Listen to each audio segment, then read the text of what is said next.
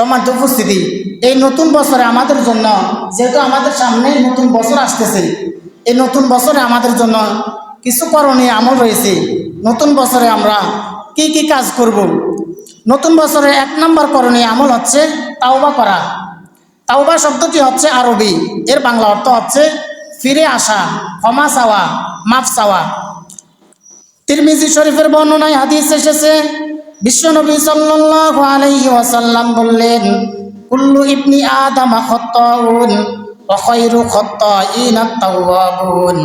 বিশ্বনবী সাল্লাল্লাহু আলাইহি ওয়াসাল্লাম বললেন, মানুষ মাত্রই পাপী, মানুষ মাত্রই গুনাহগার, আর পাপী মানুষগুলোর মধ্যে সবচাইতে উত্তম হলো তারা যারা গুনাহ করার পর তাওবা করে। সুবহানাল্লাহ। তাহলে আল্লাহর কাছে পাপী মানুষ, আল্লাহর কাছে উত্তম মানুষ হচ্ছে তারা যারা গুনাহ করার পর, পাপ করার পর, অন্যায় করার পর আল্লাহর কাছে তাওবা করে। আমাদের প্রিয় নবী বিশ্বনবী মুহাম্মদুর রাসূলুল্লাহ সাল্লাল্লাহু আলাইহি ওয়াসাল্লাম দৈনিক কতবার তাওবা করতেন? বুখারী শরীফের বর্ণনায় একটি হাদিস এসেছে, আন আবি হুরায়রা রাদিয়াল্লাহু তাআলা আনহু قال সামিআতু রাসূলুল্লাহি সাল্লাল্লাহু আলাইহি ওয়াসাল্লাম ইয়াকুল ওয়াল্লাহি ইন্নী লা আস্তাগফিরুল্লাহ ওয়া আতুবু ইলাইহি ফিল ইয়াউমি আকতারা 70 মাররা। হযরত আবু হুরায়রা রাদিয়াল্লাহু তাআলা আনহু হাদিসটি বর্ণনা করেছেন।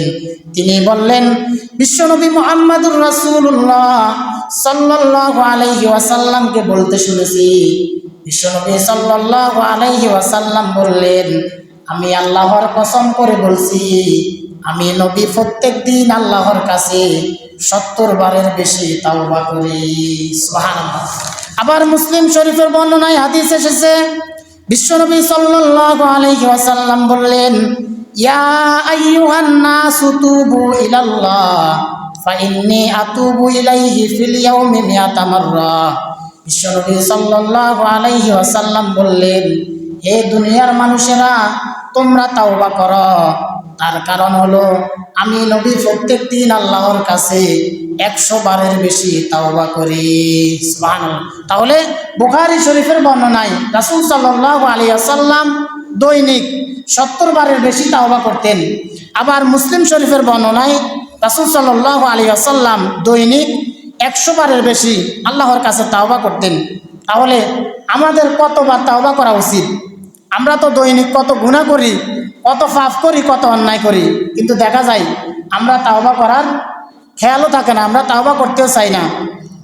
আবার মুসলিম শরীফের বর্ণনায় একটি হাদিস এসেছে, বিশ্বনবী সাল্লাল্লাহু আলাইহি ওয়াসাল্লাম বললেন, হুয়াল্লাযী নাফসি বিয়াদি লাউলান তুগনিবু লা যাহাবাল্লাহু বিকুম ওয়া লা জাআ বিকওমি ইয়াগলিবুন ফায়াস্তাগফিরুনাল্লাহা তাআলা ফায়াগফিরু লাহুম। বিশ্বনবী সাল্লাল্লাহু আলাইহি ওয়াসাল্লাম বললেন, সেই মহান সত্তার কসম যার হাতে আমার প্রাণ, তোমরা যদি গুনাহ না করতে তাহলে আল্লাহ তাআলা তোমাদেরকে ধ্বংস করে দিয়ে নতুন আরেকটি জাতি সৃষ্টি করত, যেই জাতি গুনাহ করত, পাপ করত, গুনাহ করার পর, পাপ করার পর তারা আমার কাছে ক্ষমা চাইতো, আর আমি আল্লাহ তাআলা তাদেরকে ক্ষমা করে দিতাম। সুবহানাল্লাহ। তাহলে যদি কোনো বনি আদম গুনাহ না করত, নবীজি বললেন, যদি কোনো বনি আদম গুনাহ না করত তাহলে আল্লাহ তাআলা তাদেরকে ধ্বংস করে দিতেন, ধ্বংস করে দিয়ে নতুন আরেকটা জাতি সৃষ্টি করতেন, যেই জাতি গুনাহ করত আবার ক্ষমা চাইতো। আল্লাহ তাআলা বলেন, তারা যদি আমার কাছে ক্ষমা চাইতো আমি আল্লাহ তাআলা তাদেরকে মাফ করে দিতাম। আবার আল্লাহ তাআলা কোরআনুল কারীমের 66 নম্বর সূরা সূরাতুত তাহরিমের 8 নম্বর আয়াতের মধ্যে বললেন, ইয়া আইয়ুহাল্লাযীনা আমানু তুবু ইলাল্লাহি তাওবাতান নাসুহা। আল্লাহ তাআলা বলেন, হে ঈমানদারগণ, তোমরা একনিষ্ঠভাবে আমি আল্লাহর কাছে তাওবা করো। আমরা যখন আল্লাহর কাছে হাত তুলি, আমরা যখন আল্লাহর কাছে হাত তুলে মাফ চাই, আল্লাহ তাআলা এটা পছন্দ করেন, ভালোবাসেন। অর্থাৎ বান্দা যখন গুনাহ করার পর আল্লাহর কাছে হাত তুলে ক্ষমা চাই, মাফ চাই, আল্লাহ তাআলা বলেন আমি এটা ভালোবাসি। এই জন্য মুসলিম শরীফের বর্ণনায় বিশ্বনবী সাল্লাল্লাহু আলাইহি ওয়াসাল্লাম বললেন, লাল্লাহু আশাদ্দু ফারহাম বিতাওবাতি আহাদুকুম মিন আহাদিকুম বিদাল্লাতিহি ইযা ওয়াজাদাহা। বিশ্বনবী সাল্লাল্লাহু আলাইহি ওয়াসাল্লাম বললেন, তোমাদের কারো হারিয়ে যাওয়া জিনিস ফিরে পাওয়ার পর সেই ব্যক্তি যতটুকু আনন্দিত হয়, সেই ব্যক্তি যতটুকু খুশি হয়, আল্লাহর কোনো বান্দা গুনাহ করার পর সে যখন আল্লাহর কাছে তাওবা করে, আল্লাহ তাআলা এর চেয়ে আরো বেশি খুশি হয়ে যান। সুবহানাল্লাহ। বিশ্বনবী সাল্লাল্লাহু আলাইহি ওয়াসাল্লাম বললেন, তোমাদের কারো হারিয়ে যাওয়া জিনিস, অর্থাৎ আপনার যদি একটা ছাগল বা গরু হারিয়ে যায়, ওই জিনিসটা আপনি খোঁজ করতে করতে যখন পান তখন আপনার কাছে আনন্দ লাগে, খুশি লাগে। নবীজি বললেন, তোমাদের কারো হারিয়ে যাওয়া জিনিস ফিরে পাওয়ার পর সে ব্যক্তি যতটুকু আনন্দিত হয়, খুশি হয়, আল্লাহর কোনো বান্দা গুনাহ করার পর সে যখন আল্লাহর কাছে তাওবা করে, আল্লাহ তাআলা এর চেয়ে আরো বেশি খুশি হয়ে যান। সুবহানাল্লাহ। এই জন্য আল্লাহ তাআলা কুরআনুল কারীমের 39 নম্বর সূরা সূরাতুজ জুমারের 53 নম্বর আয়াতের মধ্যে বললেন, কুল ইয়া ইবাদিয়াল্লাযীনা আসরাফু আলা আনফুসিহিম লা তাকনাতু মির রাহমাতিল্লাহ ইন্নাল্লাহা ইয়াগফিরুয যুনুবা জামিআ ইন্নাহু হুয়াল গফুরুর রহিম। আল্লাহ তাআলা বলেন, হে নবী, আপনি আপনার বান্দাদেরকে বলে দেন তারা যেন গুনাহ করে আমার রহমত থেকে নিরাশ না হয়। তারা গুনাহ করেছে, কি হয়েছে, তারা যেন হাল না ছাড়ে, তারা যেন আমার রহমত থেকে নিরাশ না হয়। আমার রহমতের আশাবাদী হয়ে তারা যদি তাদের গুনাহের জন্য আমার কাছে মাফ চায়, ইন্নাল্লাহা ইয়াগফিরুয যুনুবা জামিআ, আমি আল্লাহ তাদের সকল গুনাহগুলো মাফ করে দিব। সুবহানাল্লাহ। আবার হাদিসে কুদসির মধ্যে আল্লাহ তাআলা বলেন, ইয়া ইবনি আদম লাউ বালাগাত যুনুবাকা আলানাস সামা সুম্মা আস্তাগফারতানি গফারতু লাকা। আল্লাহ রাব্বুল আলামিন বলেন, হে আদম সন্তান শুনো, তোমার গুনাহ যদি হয় আকাশ সম পরিমাণ গুনাহ নিয়ে তুমি যদি আমি আল্লাহর কাছে তাওবা করো, আমি আল্লাহ তাআলা আকাশ সম পরিমাণ দয়া নিয়ে তোমার গুনাহগুলো মাফ করে দিব। আবার আল্লাহ তাআলা বলেন, ইয়া ইবনি আদম ইন্নাকা লাউ আতাইতানি বিকিরাবিল আরদি খাতায়া সুম্মা লাকিতানি লা তুশরিক বিহি শাইআ লা আতাইতুকা বিকিরাবিহা মাগফিরা। আল্লাহ তাআলা বলেন, হে আদম সন্তান শুনো, তুমি যদি এই পৃথিবী সম পরিমাণ গুনাহ করে ফেলো আর সেই গুনার ভিতরে যদি শিরকের গুনাহ না থাকে, তাহলে আমি আল্লাহ তাআলা আকাশ সম পরিমাণ, এই পৃথিবী সম পরিমাণ দয়া নিয়ে তোমার জীবনের সকল গুনাহগুলো মাফ করে দিব। সুবহানাল্লাহ। তাহলে নতুন বছরের আমাদের জন্য 1 নম্বর করণীয় যে আমল রয়েছে সেটি হচ্ছে বেশি বেশি তাওবা করা। অর্থাৎ 2024 সালটা বা আমাদের জীবন থেকে যে সময়গুলো চলে গিয়েছে আমরা তেমন ইবাদত করতে পারি নাই, আমল করতে পারি নাই। যতটুকু আমল করেছি আল্লাহ তাআলা যেন মাফ করে দেন এবং সামনের দিকে যেন আমরা তাওবার মাধ্যমে আল্লাহর হুকুম আহকাম মেনে চলতে পারি। আল্লাহ তাআলা যেন সেই তৌফিক দান করেন, সকল বলে আমিন। এরপর নতুন বছরের 2 নম্বর করণীয় আমল হচ্ছে 5 ওয়াক্ত নামাজ জামাতের সাথে আদায় করা। বিশ্বনবী সাল্লাল্লাহু আলাইহি ওয়াসাল্লাম বললেন, বাইনাল আবদু ওয়াল কুফরু তারকুস সালাহ। আল্লাহর বান্দা আর কাফেরদের মধ্যে পার্থক্য হচ্ছে নামাজ। যখন আজান দেয় তখন মুসলমানেরা মসজিদে আসে, আর যারা অমুসলিম তারা মসজিদে আসে না।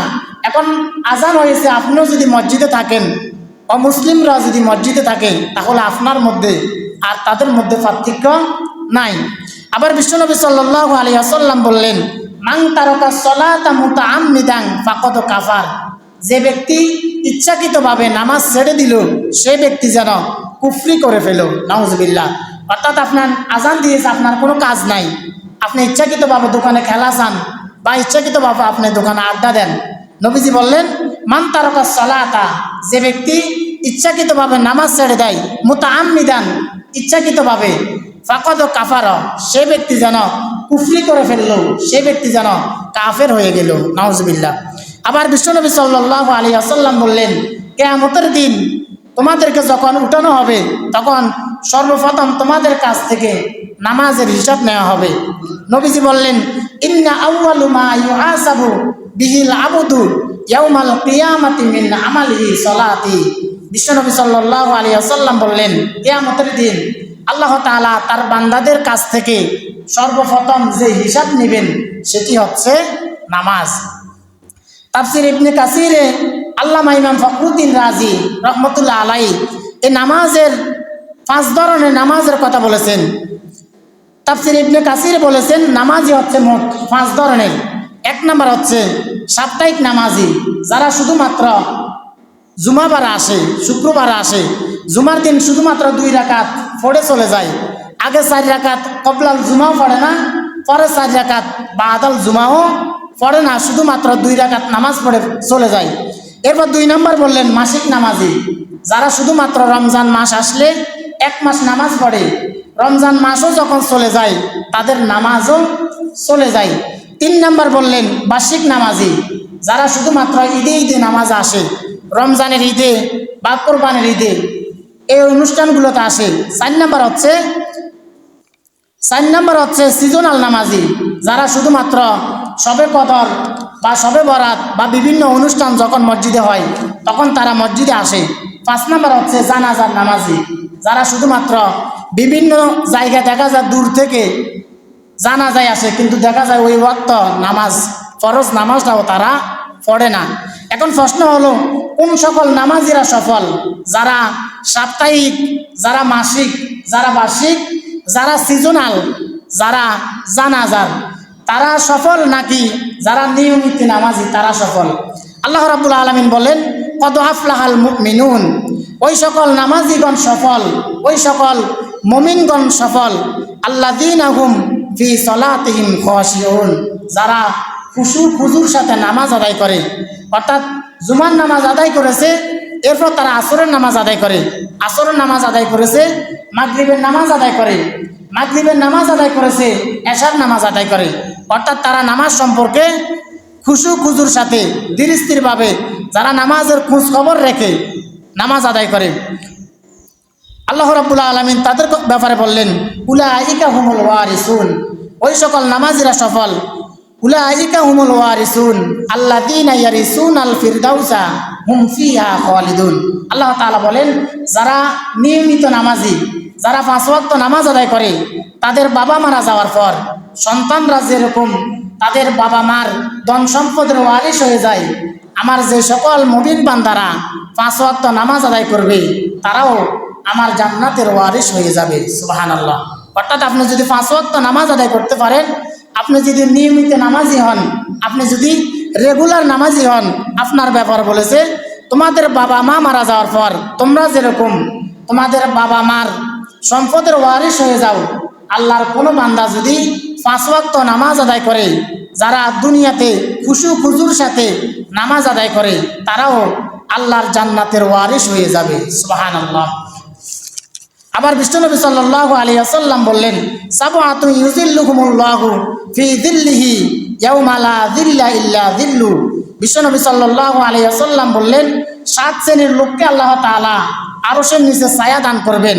তাদের মধ্য থেকে 1 শ্রেণীর মানুষ হলো তারা যারা রাজুলুন কলবুহু মুআল্লাকুন ফিল মাসাজিদ, যারা সব সময় তাদের অন্তরটা মসজিদের সাথে থাকে, যাদের অন্তরটা সব সময় মসজিদের সাথে বাঁধা থাকে, যারা 1 ওয়াক্ত নামাজ আদায় করলে আরেক ওয়াক্ত নামাজ পড়ার জন্য, আরেক ওয়াক্তর জন্য মসজিদে আসার জন্য যারা পেরেশান হয়ে যায়, তারা কিয়ামতের দিন আরশের নিচে স্থান পাবে। সুবহানাল্লাহ।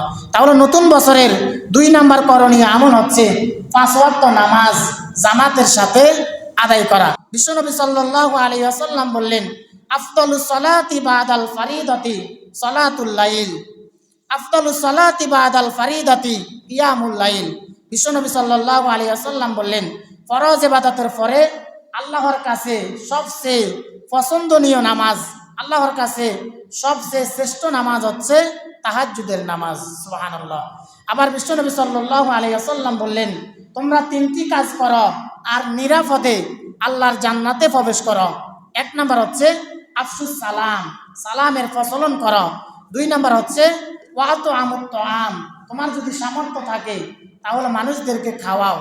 3 নাম্বার ওয়াসাল্লু বিল্লাইলি ওয়ান নাসু নিয়াম, রাতের বেলায় দুনিয়ার মানুষগুলো যখন ঘুমিয়ে যায় তখন তুমি দাঁড়িয়ে দাঁড়িয়ে তাহাজ্জুদের নামাজ আদায় করো। সুবহানাল্লাহ। এই ব্যাপারে আল্লাহ তাআলা কোরআনুল কারীমের 17 নম্বর সূরা সূরাতু বানি ইসরাঈলের 79 নম্বর আয়াতের মধ্যে বললেন, ওয়া মিনাল লাইলি ফাতাহাজ্জাদ বিহি নাফিলাতাল লাক আসা আইয়াবআসাকা রাব্বুকা মাকামাম মাহমুদা। আল্লাহ তাআলা বলেন, ওয়া মিনাল লাইলি ফাতাহাজ্জাদ বিহি নাফিলাতাল লাক, হে নবী আপনি বেশি বেশি নফল পড়ুন, আপনি বেশি বেশি নফল আদায় করুন। নাফিলাতাল লাক, এটি আপনার জন্য অতিরিক্ত, এটি আপনার জন্য বোনাস। এটি যদি আপনি করতে পারেন, আসা আইয়াবআসাকা রাব্বুকা মাকামাম মাহমুদা, তাহলে আপনার রব আপনাকে মাকামে মাহমুদ পর্যন্ত পৌঁছিয়ে দিবেন। সুবহানাল্লাহ। আবার বিশ্বনবী সাল্লাল্লাহু আলাইহি ওয়াসাল্লাম প্রত্যেক দিন রাতের বেলায় দাঁড়িয়ে দাঁড়িয়ে তাহাজ্জুদের নামাজ আদায় করতেন। আম্মা জান আয়েশা রাদিয়াল্লাহু তাআলা আনহা বললেন, হে আল্লাহর রাসূল, আল্লাহ রাব্বুল আলামিন তো লিমা তাসনাউ হাযা ইয়া রাসূলুল্লাহ ওয়াকাদ গফারাল্লাহু লাকা কামা তাকদ্দামা মিন যামবিকা ওয়া মা তাআখার। হে আল্লাহর রাসূল, আল্লাহ রাব্বুল আলামিন তো আপনার আগের এবং পরের সকল গুনাহগুলো মাফ করে দিয়েছেন, এরপরও আপনি কেন রাতের বেলায় দাঁড়িয়ে দাঁড়িয়ে নামাজ আদায় করেন? বিশ্বনবী সাল্লাল্লাহু আলাইহি ওয়াসাল্লাম বললেন, হে আয়েশা শুনো, আফালা উহিব্বু আন আকুনা আবুদান শাকুরা, আমি আল্লাহর শুকরগুজার বান্দাই পরিগণিত হওয়ার জন্য আমি রাতের বেলায় দাঁড়িয়ে দাঁড়িয়ে তাহাজ্জুদের নামাজ আদায় করি। সুবহানাল্লাহ। তাহাজ্জুদের নামাজ এটি হচ্ছে জান্নাতীদের নামাজ, এটি হচ্ছে মুমিনদের মুত্তাকিদের নামাজ। তাহলে নতুন বছরে 3 নম্বর করণীয় আমল হচ্ছে ফরজ ইবাদতের পাশাপাশি নফলের প্রতি যত্নবান হওয়া। আপনি যা পারেন রাতের বেলায় 2 রাকাত, 4 রাকাত, 6 রাকাত, যেই সময় যা পারেন আপনি পড়ার জন্য চেষ্টা করা। নতুন বছরের 4 নম্বর করণীয় আমল হলো এই বছরটাকে কোরআন তেলাওয়াত দিয়ে সাজানো, বেশি বেশি কোরআন তেলাওয়াত করা। বিশ্বনবী সাল্লাল্লাহু আলাইহি ওয়াসাল্লাম বললেন, ইকরাউল কোরআন, তোমরা বেশি বেশি কোরআন পড়ো, তোমরা বেশি বেশি কোরআন তেলাওয়াত করো।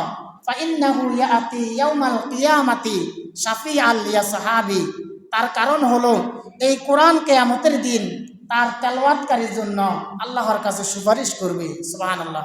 অর্থাৎ দুনিয়াতে আপনি যত বেশি কোরআন তেলাওয়াত করবেন, আপনি মারা যাওয়ার পর দুনিয়াতে আপনি যত বেশি কোরআন তেলাওয়াত করবেন, কোরআন মুখস্থ করবেন, কিয়ামতের দিন আল্লাহ তাআলা আপনাকে বলবেন, তুমি তোমার মুখস্থ আয়াতগুলো তেলাওয়াত করো আর তুমি একটা একটা জান্নাতের সিঁড়ি দিয়ে উপরের দিকে উঠতে থাকো। সুবহানাল্লাহ।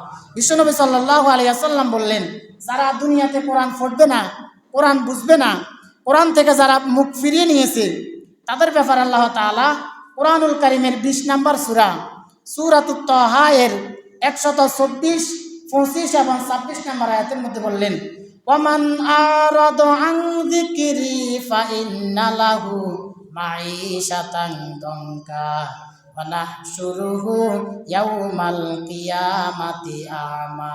আল্লাহ রাব্বুল আলামিন বলেন, ওমান আরাদা আন যিকরি, যে সকল বান্দারা দুনিয়ার জমিনে কোরআন পড়লো না, কোরআন বুঝলো না, কোরআন অনুযায়ী যাদের জীবনকে পরিচালনা করলো না, ফাইন্না লাহু মাঈশাতান দঙ্কা, আমি আল্লাহ তাআলা তাদের জীবনকে সংকীর্ণ করে দিব। নাউজুবিল্লাহ। শুধু তাদের জীবনকে সংকীর্ণ করে দিব না, ওয়া নাহশুরুহু ইয়াউমাল কিয়ামাতি আমা, কিয়ামতের দিন আমি আল্লাহ তাআলা তাদেরকে অন্ধ করে হাজির করাবো। যখন তাদেরকে অন্ধ করে হাজির করানো হবে তখন তারা বলবে, ক্বালা রাব্বি লিমা হাসারতানি আমা ওয়া ক্বাদ কুনতু বাসীরা, হে আল্লাহ দুনিয়াতে তো আমার চক্ষু ছিল, দুনিয়াতে তো আমি সব কিছু দেখতাম, আজকে হাসরের ময়দানে আপনি আমাকে অন্ধ করে কেন হাজির করালেন? আল্লাহ তাআলা তখন বলবেন, ক্বালা কাযালিকা আতাতকা আয়াতুনা ফানাসিতাহা ওয়া কাযালিকাল ইয়াউমা তুনসা। আল্লাহ তাআলা বলবেন, হে আমার বান্দা, দুনিয়ার জমিনে তোমার কাছে আমার কোরআন গিয়েছিল, হাদিস গিয়েছিল, নবী রাসূলরা গিয়েছিল, আলেম ওলামারা গিয়েছিল, তোমার কাছে কোরআন হাদিস যাওয়ার পরেও তুমি আমার কোরআনকে পড়ো নাই, কোরআন বুঝো নাই, কোরআন অনুযায়ী তোমার জীবনকে পরিচালনা করো নাই। দুনিয়াতে তুমি যেভাবে আমার কোরআনকে ভুলে গিয়েছ, আজকে হাসরের ময়দানে আমি আল্লাহ তোমার মতো পাপিষ্ঠ বান্দাকে ভুলে গেলাম। নাউজুবিল্লাহ। অর্থাৎ দুনিয়াতে যদি আপনি কোরআন না পড়েন, কোরআন অনুযায়ী আপনার জীবন পরিচালনা না করেন, তাহলে কিয়ামতের দিন আল্লাহ তাআলা বলেন আমিও তোমাকে ভুলে গেলাম। তাহলে নতুন বছরের 4 নাম্বার করণীয় আমল হচ্ছে বেশি বেশি কোরআন তেলাওয়াত করা। 5 নাম্বার করণীয় আমল হচ্ছে কোরআন তেলাওয়াতের পাশাপাশি হাদিস অধ্যয়ন করা। আপনি যা পারেন, দৈনিক 1টা পারেন, 2টা পারেন, যে সকল হাদিস আপনি পড়তে পারেন, বিভিন্ন নবী রাসূলদের জীবনী পড়তে পারেন, আপনি 1টা 2টা করে যে সময় যা পারেন হাদিস অধ্যয়ন করার জন্য চেষ্টা করা। 6 নম্বর করণীয় আমল হচ্ছে ইসলামিক সাহিত্য অধ্যয়ন করা, রাসূল সাল্লাল্লাহু আলাইহি ওয়াসাল্লামের জীবনী পড়া। 7 নম্বর করণীয় আমল হচ্ছে বেশি বেশি জিকির, আজকার, তাসবিহ, তাহলিল পাঠ করা। বিশ্বনবী সাল্লাল্লাহু আলাইহি ওয়াসাল্লাম বললেন ফাআকসিরু ফীহিন্নাত তাসবিহ ওয়াত তাহলিল ওয়াত তাহমিদ। বিশ্বনবী সাল্লাল্লাহু আলাইহি ওয়াসাল্লাম বললেন তোমরা বেশি বেশি তাসবিহ, তাহলিল এবং তাহমিদ পাঠ করো। তাসবিহ হচ্ছে সুবহানাল্লাহ, আলহামদুলিল্লাহ, লা ইলাহা ইল্লাল্লাহ, আল্লাহু আকবার। এগুলো আপনি বেশি বেশি পড়তে পারেন। বা সুবহানাল্লাহি ওয়া বিহামদিহি সুবহানাল্লাহিল আযীম, লা ইলাহা ইল্লাল্লাহু ওয়াহদাহু লা শারীকা লা, লাহুল মুলকু ওয়া লাহুল হামদু ইউহয়ী ওয়া ইউমীত ওয়া হুয়া আলা কুল্লি শাইইন কাদির। আপনি এই দোয়াগুলো পড়তে পারেন। 8 নম্বর করণীয় আমল হচ্ছে সকল অন্যায় কাজ থেকে নিজেকে বিরত রাখা, নিজে অন্যায় কাজ না করা এবং অন্যকে অন্যায় কাজ থেকে বাঁচিয়ে রাখা। বিশ্বনবী সাল্লাল্লাহু আলাইহি ওয়াসাল্লাম বললেন ইয়াকুম ওয়াল কিযব, তোমরা মিথ্যা কথা বলা থেকে, তোমরা গুনাহ করা থেকে বিরত থাকো। ফাইন্নাল কিযবা ইয়াহদি ইলাল ফুজুর, কারণ মিথ্যা মানুষদেরকে জাহান্নামের দিকে, ফাফাসারের দিকে ধাবিত করে। ওয়া ইন্নাল ফুজুরা ইয়াহদি ইলান নার, আর ফাফাসার মানুষদেরকে জাহান্নামের দিকে ধাবিত করে। নাউজুবিল্লাহ। তাহলে নতুন বছরে 8 নম্বর করণীয় আমল হচ্ছে সকল অন্যায় কাজ থেকে নিজে বেঁচে থাকা এবং সবাইকে বাঁচিয়ে রাখা। 9 নম্বর করণীয় আমল হচ্ছে পরিবার পরিকল্পনা করা। আপনার পরিবারকে আপনি কিভাবে নামাজমুখী করবেন, ইসলামমুখী করবেন, পরিবারে কিভাবে নামাজ আসে, রোজা আসে, পরিবারে কিভাবে শান্তি আসে, পরিবার নিয়ে বৈঠক করা। সর্বশেষ 10 নম্বর করণীয় আমল হচ্ছে আত্মীয় স্বজনদের খোঁজখবর রাখা। দেখা যায় অনেকে যখন একটু প্রভাবশালী হয়ে যায়, যখন টাকা পয়সা হয়ে যায়, তখন তারা তাদের গরিব আত্মীয় স্বজনদের খোঁজখবর নেয় না। রাসূল সাল্লাল্লাহু আলাইহি ওয়াসাল্লাম বললেন যারা আত্মীয়তার সম্পর্ক বিচ্ছিন্ন করে তারা জান্নাতে যেতে পারবে না। তাহলে নতুন বছরের যে 10টি করণীয় আমল সম্পর্কে জেনেছিলাম, 1 নম্বর করণীয় আমল হচ্ছে তাওবা করা। 2 নম্বর করণীয় আমল হচ্ছে বেশি বেশি 5 ওয়াক্ত নামাজ জামাতের সাথে আদায় করা। 3 নম্বর করণীয় আমল হচ্ছে বেশি বেশি কোরআন তেলাওয়াত করা। 4 নম্বর হচ্ছে হাদিস অধ্যয়ন করা। 5 নম্বর করণীয় আমল হচ্ছে 5 নম্বর হাদিসের পাশাপাশি আপনি হাদিস অধ্যয়ন যে সময় যা পারেন, 1টা পারেন, 2টা পারেন, 5টা পারেন, যে সময় যে হাদিসগুলো পারেন, যেগুলো আপনার কাছে সহজ লাগে আপনি ওইগুলো পাঠ করা। 6 নম্বর করণীয় আমল হচ্ছে ইসলামিক সাহিত্য অধ্যয়ন করা। 7 নম্বর করণীয় আমল হচ্ছে জিকির, আজকার করা। নবীজি বললেন ফাআকসিরু ফীহিন্নাত তাসবিহ ওয়াত তাহলিল ওয়াত তাহমিদ, তোমরা বেশি বেশি তাসবিহ, তাহলিল এবং তাহমিদ পাঠ করো। 8 নম্বর করণীয় আমল হচ্ছে নিজেকে সবসময় খারাপ কাজ থেকে, অন্যায় কাজ থেকে বাঁচিয়ে রাখা। 9 নম্বর পরিবার পরিকল্পনা করা। পরিবার পরিজনকে নিয়ে কীভাবে পরিবারে নামাজ আসে, রোজা আসে, পরিবার পরিজনকে নিয়ে পরিকল্পনা করা। 10 নম্বর আত্মীয় স্বজনদের খোঁজ খবর নেওয়া। সম্মানিত উপস্থিতি, সংক্ষিপ্তভাবে এই নতুন বছরে যে 10টি করণীয় আমল সম্পর্কে জেনেছি, আল্লাহ রাব্বুল আলামিন আমাকে এবং আমাদের সবাইকে আমল করার তৌফিক দান করুন। হাযা মা ইনদি ওয়াল ইলমু ইনদাল্লাহ, আলাইহি তাওয়াক্কালতু ওয়া ইলাইহি